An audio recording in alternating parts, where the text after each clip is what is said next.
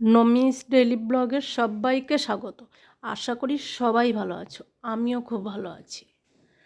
ঠান্ডার মধ্যে এরকম গরম ভাতের সাথে যদি একটা লাউ পাতা ভর্তা হয়, জাস্ট জমে যায়। আর এই ভর্তাটা আমি কি করে বানিয়েছি সেটা দেখতে গেলে ভিডিওটাকে স্কিপ করবে না, দেখতে থাকো। প্রথমে দেখো আমি কিছুটা লাউ পাতা নিয়ে নিয়েছি। লাউ পাতাটা কিন্তু তাজা আর নরম সফট দেখে নিয়েছি, মানে কচি দেখে নিয়েছি। যে হলুদ হলুদ হয়ে যায় না, ওই পাতাটাকে আমি স্কিপ করেছি। তারপরে দেখো আমি লাউ পাতাটাকে ধুয়ে পরিষ্কার করে জল ঝরিয়ে রেখেছি আর ছোট ছোট করে কেটে নিয়েছি। কড়াইতে দিয়ে দিলাম কিছুটা গোটা রসুন, চেরা কাঁচা লঙ্কা আর বেশি পরিমাণে দিয়ে দিলাম কালো জিরে। আমি হালকা হাতে খুন্তির সাহায্যে আমি ব্রাউন করে ভেজে নেব, ঠিক এইভাবে। আর কোনো মশলা আমি দেব না। এবার দিয়ে দিলাম আমি বাদাম, চিনে বাদাম।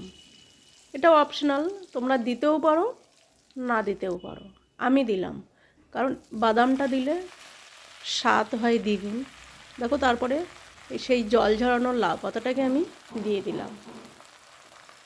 লুকটা কেমন এসছে দেখো, পুরো সবুজ।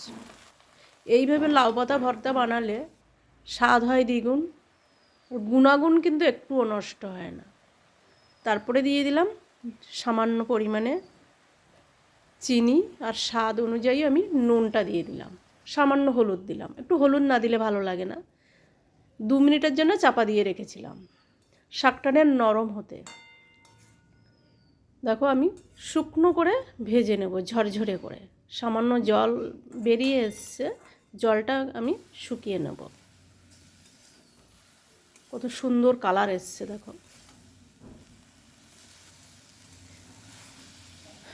ভিডিওটা ভালো লাগলে লাইক করবে, কমেন্ট করবে আর সাবস্ক্রাইব করার অনুরোধ রইল।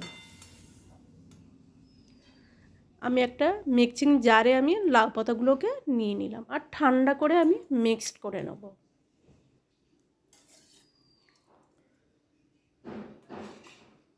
এটাকে আমি ঠান্ডা করতে দেব।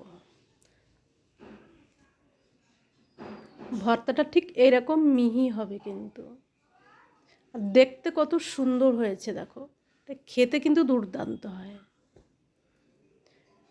এক থালা ভাত কিন্তু নিমেষেই খাওয়া হয়ে যায়। ওপর থেকে আমি দিয়ে দিলাম সর্ষের তেল আর একটা কাঁচা লঙ্কা।